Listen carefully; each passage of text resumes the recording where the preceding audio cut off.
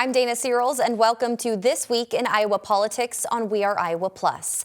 Each week, I break down everything Iowans need to know, from your local races for the critical midterm elections to bills moving through the State House and what Iowa's leaders are doing on Capitol Hill. Now this week, we're tracking bills signed into law, lawsuits impacting everyday Iowans, and the highly watched governor's race sitting down with Democratic candidate Rob Sand. Now we begin this week, though, talking about a major step forward in the legislature's efforts to cutting property taxes. The Iowa Senate is now moving forward with its own property tax proposal with strong bipartisan support. It passed the Senate chamber in a vote of 41-4. Now this vote is significant because there are still 3 property tax proposals on the table, and these are GOP proposals. That's the House's version, the Senate's version, and Governor Reynolds' version. Now the House and the governor's versions are closely aligned, and the Senate's is pretty different. So in the Senate's proposal, it ties limits on property tax revenue growth for local governments to inflation. Meanwhile, the House and Reynolds' proposal sets a 2% cap on the revenue growth. Another key factor is the Senate's plan would eliminate Iowa's decades-old rollback system, which limits a home's taxable value, and it replaces it. The bill would replace it with a 50% tax exemption on homes valued up to $350,000. We think at this point this is the best bill that we've seen, not one that we wrote, but one that we did have some input. And that's significant in and of itself, to be included. And I do believe that this bill is a good faith effort into finding that compromise within this General Assembly. The greatest tool to building wealth for the middle class is through home ownership, and the family home should have the best tax environment here in this state. Now, House Speaker Pat Grassley did weigh in after the Senate passed their proposal. He said he thinks this is a productive start to the process. Meanwhile, Governor Reynolds signed a bill into law that she hopes will make it easier for people to become foster care providers. It removes the provision that required prospective foster parents to complete 30 hours of training in order to be a licensed foster care provider. Instead, the Iowa Department of Health and Human Services will consider previous experience and education, as well as the circumstances of the child receiving foster care. Child welfare is an issue that transcends party lines, and I truly am grateful for the huge bipartisan support that this bill received. Now, training for prospective foster parents may include child welfare, biological parent contact, and grief and loss. Public or private agencies with expertise in foster care will administer the training, and this law will take effect July 1st. Another law Governor Reynolds signed this week saw strong bipartisan support in both the House and the Senate, and it aims to support Iowa's daycare workers. The bill makes Iowa's daycare workers eligible for Iowa's Child Care Assistance Program, even if their household income exceeds the limits. It aims to help retain and recruit child care workers in the state. Now, the Child Care Assistance Program provides financial support for child care to families whose children are under 13. As a note, parents must work with a minimum of 32 hours per week. Now, also moving on is a bill that would create funding focused on sexual assault forensic exam centers. The bill would establish a grant program in the Department of Justice that would require the Attorney General to contract with a nonprofit providing sexual assault forensic exam centers across the state. Now, the nonprofit would be required to establish treatment facilities dedicated to providing services to sexual assault survivors, including care and trainings. It would also be required to facilitate trainings for medical practitioners, law enforcement, prosecuting attorneys, and members of the public. The bill did pass out of a subcommittee. It now moves on to the full committee for a vote. Meanwhile, Iowa lawmakers are considering changes to the way raw milk can be sold by local farmers. Since 2023, those who wish to drink milk that has not been processed have been able to buy it, but farmers who own storefronts have not been able to sell it in the same space as other products. What it simply does is it doesn't expand the market for raw milk. It only allows those farms that may have a farm store that they'll sell licensed products in to sell the licensed products, cottage foods, and raw milk within the same storefront rather than different doors. Now, the bill also addresses permitting for farm-to-table events and other direct farm-to-consumer foods. Lawmakers advanced it out of the subcommittee there, but promised changes as this moves forward. Well, going into session, protecting property rights from eminent domain for carbon pipelines was top of mind for many lawmakers and landowners. Now, the House fast-tracked a bill with strong bipartisan support at the start of session, but it's since then stalled in the Senate. Senate Majority Leader Mike Clemish is now giving an update on where the Senate stands. He says, quote, "Conversations on property rights are ongoing in the Senate.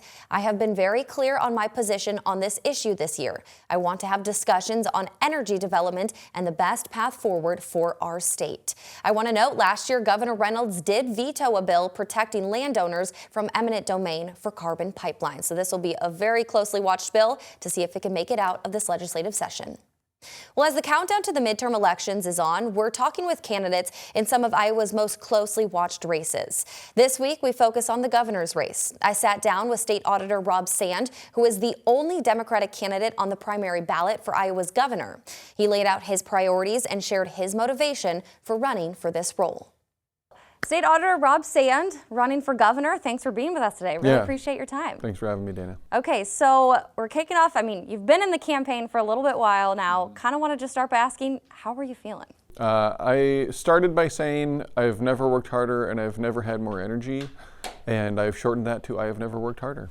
There you go. That's cool right there. I love it. That's awesome. Yeah, but still, I think some of that is just, it's Iowa. We're coming out of winter. The days are getting longer. Spring is springing out there. The birds are chirping this morning. So I think a lot of that is just kind of like coming out of winter. And I'm excited to actually, now that the weather is more reliable, get out there and start talking to Iowans again. As state auditor, I've always done 100 public town halls every year.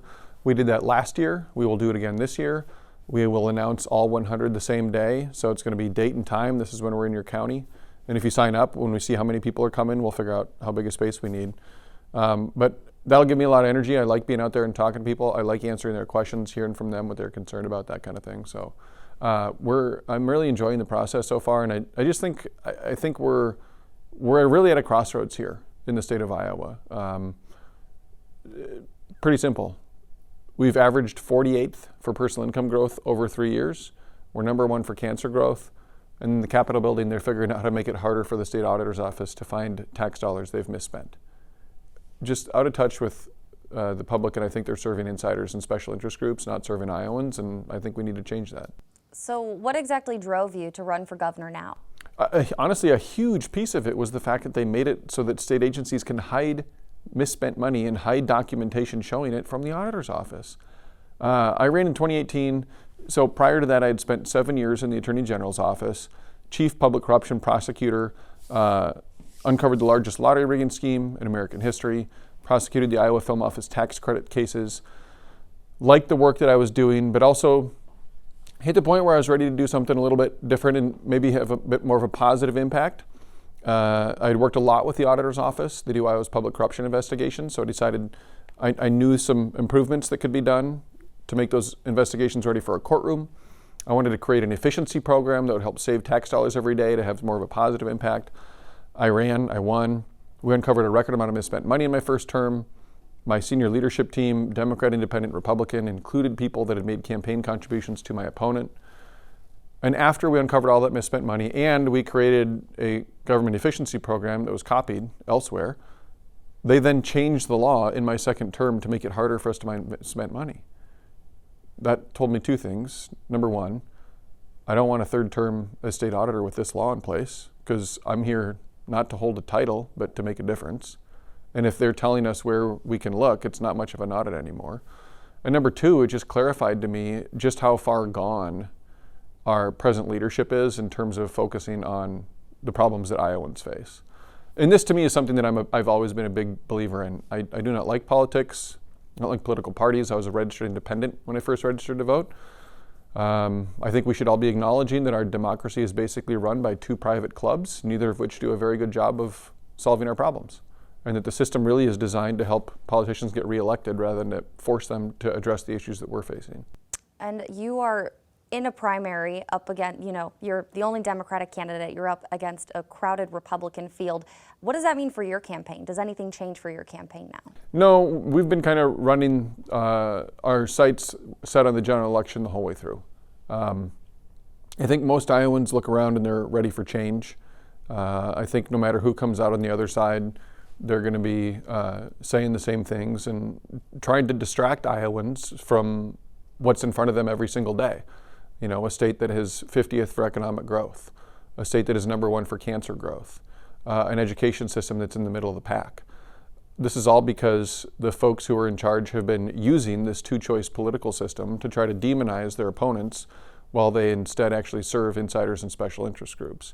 To me, the easiest example of this is that the company that runs the state school voucher program, they literally amended the contract for that company to double their take of tax dollars just months after having signed it.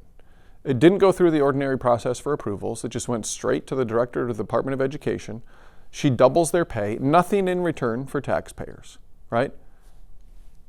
I doubt you've ever asked your boss to double your paycheck. Not a lot of people have. I don't think it would go well. It's not a thing that happens, but that's what the people who are running the state of Iowa right now are happy to do for people who are taking our tax dollars. Iowans, I think, are getting short shrift here, and it's time that change. So you say, you don't really run on a political party, essentially. You're running as a Democratic candidate. How do you ensure to Iowans that, you don't really have a political side in this race, I guess, even though you are running as a Democrat? To me, this is pretty simple. If you've ever been in the ballot booth and you've understood that, if I vote for this independent candidate, I'm kind of throwing my vote away and it's going to help the person that I like less win the race, it'd be the same thing with my candidacy. I want us to be able to have third parties and fourth parties that can win. I think that a two-choice political system really is a way to control us more than it is a way to solve our problems. And neither party does a very good job of solving our problems. But until we actually have candidates who are willing to say that, to say it to people in their own party, and to run to change that system, to reform it from the ground up, you'd still otherwise be stuck in that sort of like, well, if it's a three-way race, then this person over here is going to win. And we've sort of got to play by the rules that we have right now in order to change them. And the Cook Political Report just came out actually today, Yes. earlier this morning, Yes. ruling Iowa's governor's race a toss-up. Yeah. What was your reaction to that? I'm delighted that they're catching up. They're getting warmer, Dana. They're moving in the right direction. This wasn't in their write-up, but I think it's very indicative of where we are. Last year, we actually had more registered Iowa Republicans donate to our campaign for governor than any of the Republican candidates had donors. People in this state are fed up. They recognize that my approach to politics is not Democratic or Republican. I mean, our campaign slogan literally is not redder or bluer, but better and truer. And they want someone that they think is going to try to shake it up, work with anyone to get something done, but not just sit there and be the same kind of politician that makes promises that they can't keep. I think people are ready for change, and they've been watching me do this job for 8 years already. And my job approval numbers in the office have been the best in the state by 30 points. I go around every single year. I'm in every county. I give people advance notice that they can show up. I'll take compliments or I'll take criticism. It doesn't matter. People have an opportunity. They should have an opportunity to hold elected officials and candidates accountable and to be able to ask them questions on the things that are on their mind. I think that's important, and I'm willing to do it in a way that pretty much nobody else is.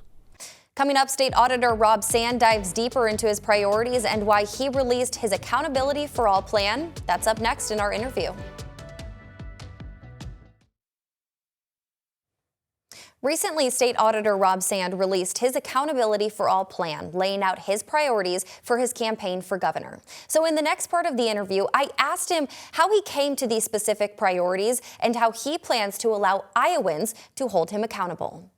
And you recently unveiled your Accountability for All priorities. Yeah. Tell me a little bit, I guess we'll dive deeper into the priorities and topics, but just to start off on how you got to these priorities. Tell me just about the mindset behind them. Sure. And how you came down to these specific ones. This to me comes down to a lot of the same stuff that we've touched on. Iowans are facing an affordability crisis, a water quality crisis, a personal income crisis, a cancer crisis.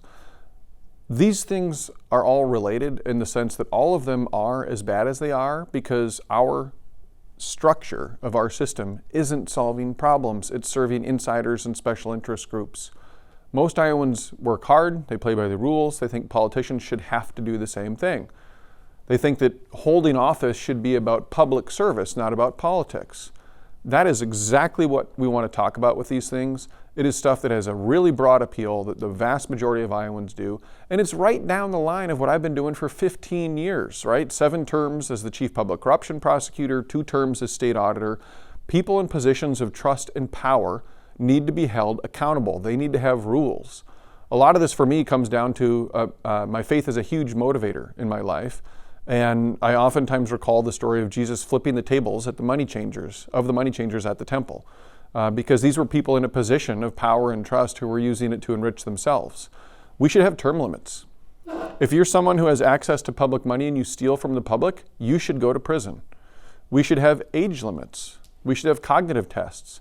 You shouldn't be able to trade stocks if you're in public office, right? We shouldn't have taxpayer money going to closed primary elections for 2 private clubs. That's what the Democratic and Republican parties really are. They're private clubs.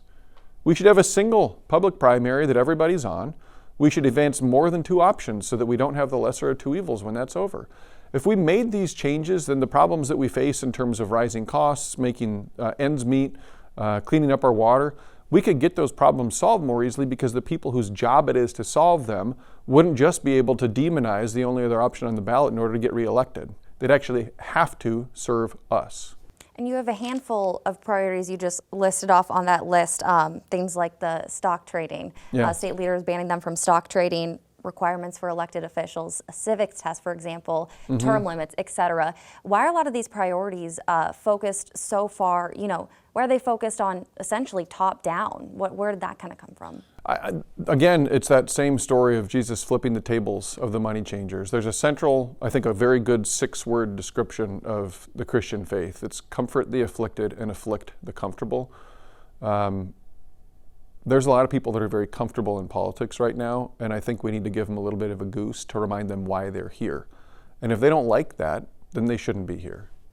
I want to ask, if you are elected, you still could face a bit of an uphill battle if the House and the Senate do stay Republican. How do you plan to navigate that? Number one, they will. I mean, the Republican Party in the Iowa State House here has large majorities in both chambers. I have said repeatedly, I said it 100 times in our town halls last year, I will be working with the Republican legislature if I win. 2 things. Number one, that means balance, right? Every budget that gets passed, every law that gets passed is going to have to be something that both parties can agree on. I think that's what the vast majority of Iowans want. They can get it if they have me as governor because it will have to be things that a bill that they pass that I would then sign. And if it's a bill that they pass that's out there in left field, looking out for special interest groups or doing who knows what that just some little group wants, then I'm not going to sign it. And that's going to help the legislature focus on addressing issues that the vast majority of people support. That's what these issues on accountability are. They are issues that the vast majority of Iowans can support that I think that we can work together to actually implement in the state of Iowa.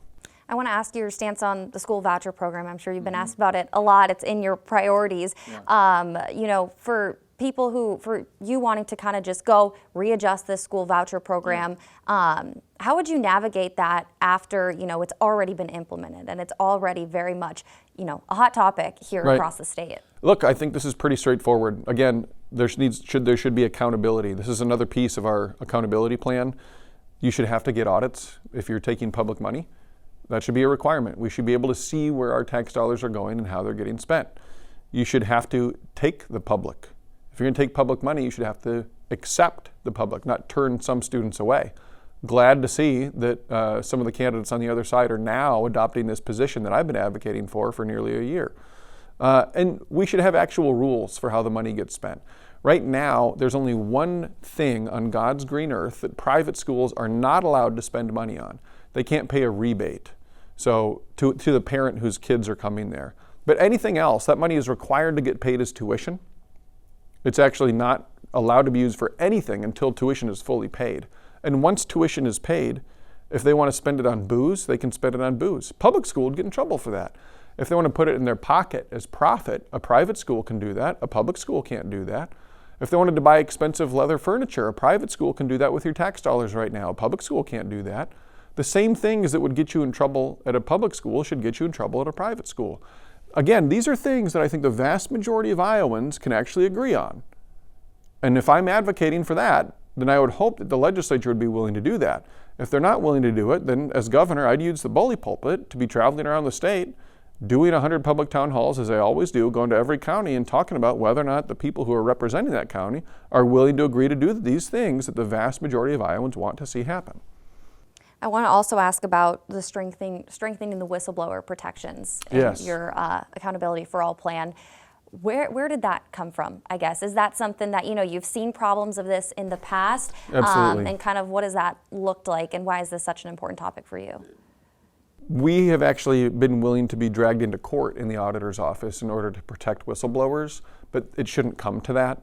It should be absolutely clear that people who are whistleblowers, you can't just sort of pick and choose or say the magic words in order to try to get that information. We've got to make sure that people who know where there is wrongdoing feel fully comfortable and protected reporting that wrongdoing, because that is always the number one way that we can figure out what's going on and hold people accountable for it. One good example of that, and this is just one of the ways that we can start a re-audit or a special investigation is if people submit a petition with 100 signatures on it from people in their school district. Right now, we have had to fight off people who maybe are on the school board, or might be it's the superintendent, and they say, hey, I want to see the petition. I want that to be, I'm telling you, that's a public record, you should give it to me. I want to see all the names on that petition. Anybody who's lived in a small town knows you don't want to put your name on a petition complaining about an issue if the people who are in charge are going to be able to find that out. We have taken the stance that we shouldn't turn that over, but that should be clearer in the law. It shouldn't be us taking the stance. It should be abundantly clear that that is the case. And two topics that, there have been different polls and reports that have shown that for Iowans, water quality and Iowa's rising cancer rates are two topics that Iowa voters are almost care the most about. Arguably, some of the polls have shown they are number 1 and 2 for a lot of people. How would you plan to address that? Well, these issues are very much intertwined, right? There's things that we know that we should be addressing in places where they're the most clear, right? We are the worst state in the country for radon. Radon is the second leading cause of lung cancer. We should be doing something about that, right? We should be pointing out we are one of the top states. I think we might be number 2 for alcohol consumption. We're not Wisconsin, but we're close, right? And so we should be talking about that.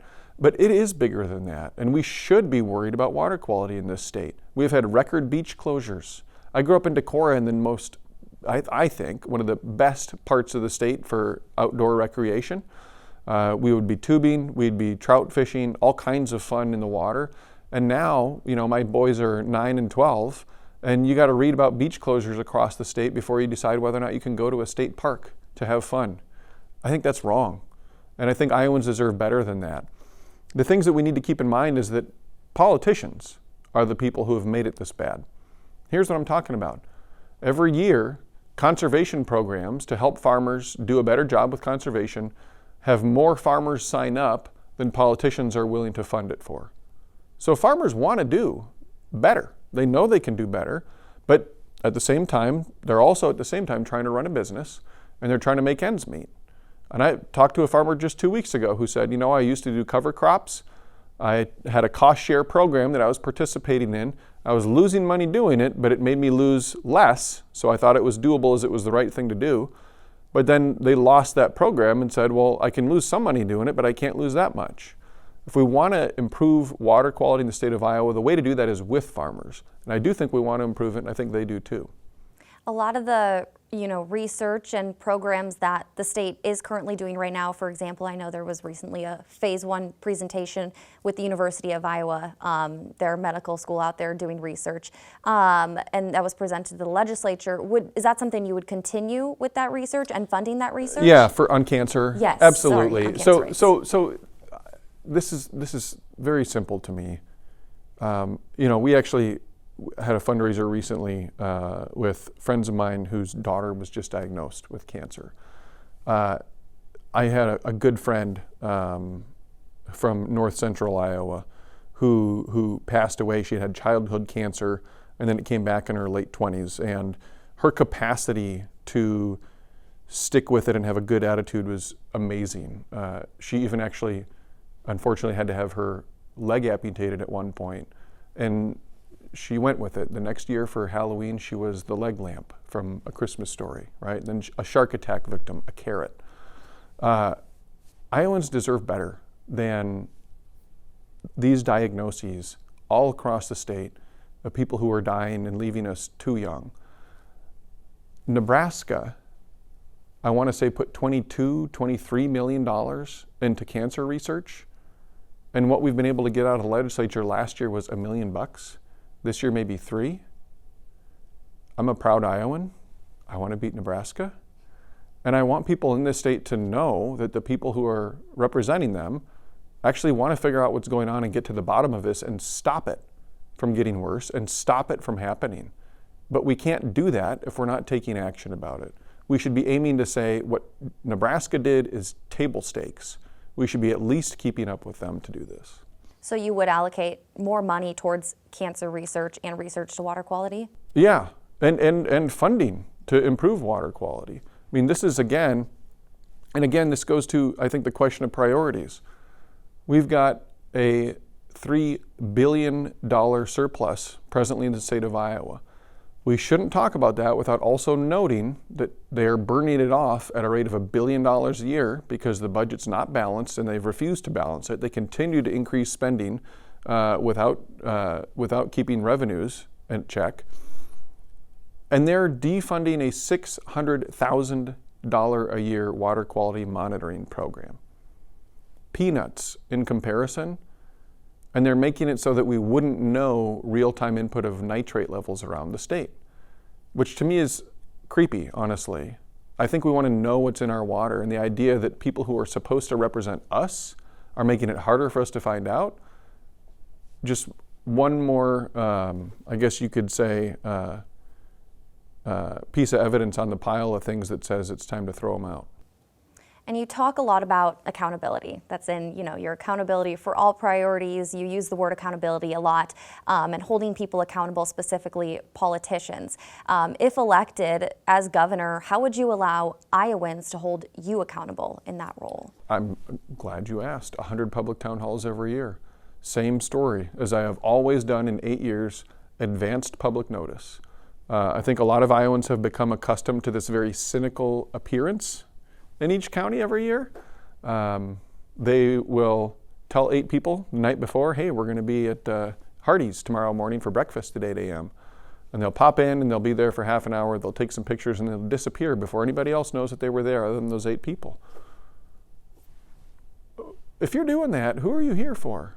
What is this about to you? I mean, to me, this isn't complicated. If I'm serving the public, then the public should have a chance to give me a job review. And if they don't like what I'm doing, then I might need to hear about that. Maybe it'll help me do a better job. Maybe someone will say something that I haven't thought about because, I'm doing my job every day and it's hard to get out there and talk to enough people. If you give them a chance to be involved, if you give them a chance to ask you questions, if you give them a chance to hold you accountable, that can be good for everybody. And that would be my commitment. Every single county, every year, you're going to know well in advance what day and what time. And if you can be there, great. But if you can't, send your friend, have them ask the same question, That to me is a level of public service that I think should be mandatory, actually. If you're going to be in elected office in the state of Iowa, you should have to do public town halls with advance notice. I think that fewer politicians of either party would do things that they know are obviously wrong if they knew they were going to have to face questions about it from ordinary people. I want to ask about the bill that was introduced in the legislature this year that would limit the governor's powers. When you heard about that, what was your initial reaction? Here we go again, right? I mean, this is what they did in 2023. I get reelected as state auditor with support from Democrats, independents, and Republicans, having held people from both parties accountable in the work that I do. And they come in and they say, let's make it so the state auditor's office can't really audit anymore, right? And I want to be clear about this, Dana. Every single government watchdog in America that weighed in on this law, because it was a scandal at the time for accountants and auditors, said the same thing. This is going to lead to an increase in waste, fraud, and abuse of tax dollars in Iowa. They passed that into law. So when all of a sudden they're saying, oh, they're going to weaken the powers of the next governor, my first reaction is, oh, we're going to do that again, huh? They're going to do that again. To me, the idea, and this is one of the bills, it's so plainly obvious what's happening. They want to make it so they continue with last year's budget. Even though the people of Iowa have spoken, they have said, we want a new direction, we're giving you a new governor, they want to be able to say, we're just going to use the bill that we passed for the budget from last year with the previous governor, even though you picked a new direction. Remember we talked about the contract that Odyssey holds that runs the private school vouchers program and how they got their pay doubled? I wouldn't be able to have much of an impact on that if I was governor if they passed this law. Now the people who are running it are claiming, well, we don't want government shutdowns. We've never had any here in Iowa, have we? Well, they happen out in D.C. They've been happening in D.C. for decades, haven't they? The idea that they think that Iowans are foolish enough to fall for that kind of a claim to me is, I guess, surprising. It's painfully obvious, I think, that they're scared of what's coming. They don't want accountability. And they see Democrats, independents, and Republicans jumping on board this campaign to get a new direction, and they don't want it. They want to literally bake in those favors for special interest groups. They want to bake in those favors for insiders. It's a terrible idea, and it shouldn't be the law. As we go forward in the campaign into, the primaries as well as, the midterm elections, which I know you said it's always been focused on the midterm elections, how do you approach to Iowans? What's your approach, I guess, on why this time is different? People hear political parties and have their opinions on different parties. You're running as somebody who, you're saying that you're for everybody. How do you just assure that you are for everybody and that change will happen? I guess to me, this is my third campaign and they've all been the same. And so to me this time, it's kind of doing the same thing. I'm running as myself, a person who's open about my dislike for the corruption in our political system, the way it's been perverted to serve special interest groups and insiders. And I've won both of those other races. That's why I think this one is going to be the same. I want to give a deeper answer to your question, though, too. We did 100 public town halls last year. At every one of them, we asked people to raise their hand for whichever party they belonged to and had everyone else who's not in their party applaud them for being in the room together. So we're first acknowledging that we disagree, that we belong to different parties. And then to point out that actually we can work together, we had everyone join together to sing America the Beautiful. Just the first verse, it's the one we all know the words for. But I think it gives people a sense of the idea that we can actually disagree and still work together. And I don't think that there's really been very many people running for office for a long time who have been inviting Iowans to do that. It's overdue. I cannot stand the level of anger and bile and venom in politics right now. But again, to me, it all comes from this broken two-choice system. Politicians and their consultants have figured out solving problems is hard. What do you do with a water quality crisis? Mental health crisis? These things are complicated. You're going to have to sit down and have a lot of meetings, and you're going to have to compromise and build consensus. That'll take time. Our political system lets people get reelected by doing none of that as long as they demonize the only other option on the ballot. If we change that and force them to actually work together to get elected, these problems will begin to melt away. What am I not asking about that you want to touch on before we wrap up the interview? Great question. You know, you asked, we're having a lot of fun in this campaign. I think that a lot of this stuff is rooted in, to me, my sense of fairness and my sense of the idea that government should be serving ordinary people, not special interest groups. And some of my favorite moments in this campaign have been talking to people whose families have been divided by politics recently, who have a hard time sitting down for Thanksgiving or for supper. And recently, a guy who said, I met him.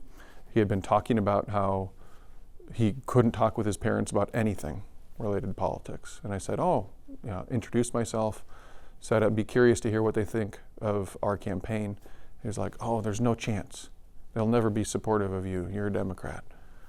I got a message from him a couple days later. I asked my dad about you. He donated to your campaign last year. The idea that politics could actually bring families together where it has ripped them apart, to me, is a higher purpose that we're serving every day in trying to do this for Iowans. Awesome. Well, State Auditor Rob Sand, thank you for joining us today. Really appreciate it. Yeah, thanks for having me, Dana. Well, over the past week, a number of rulings and new lawsuits were released, and these rulings have impacts on everyday Iowans. I'll share with you why. That's just ahead.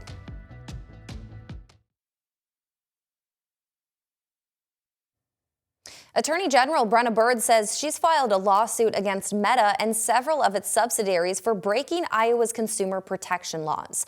Now, Bird's office alleges Instagram, one of Meta's apps, represents itself as being safe for Iowa's children and teenagers, even though it has explicit content.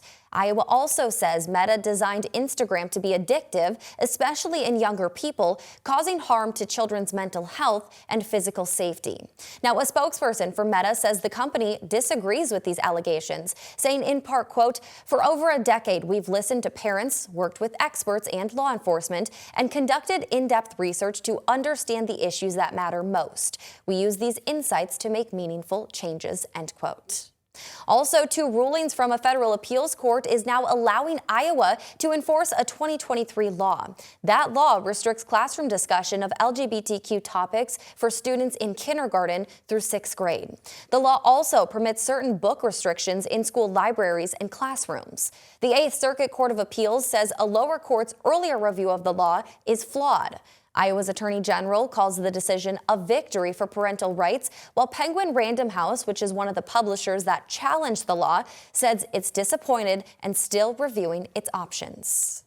A major win for farmers this week, pushing for the right to repair. John Deere is settling a lawsuit over who can fix its equipment.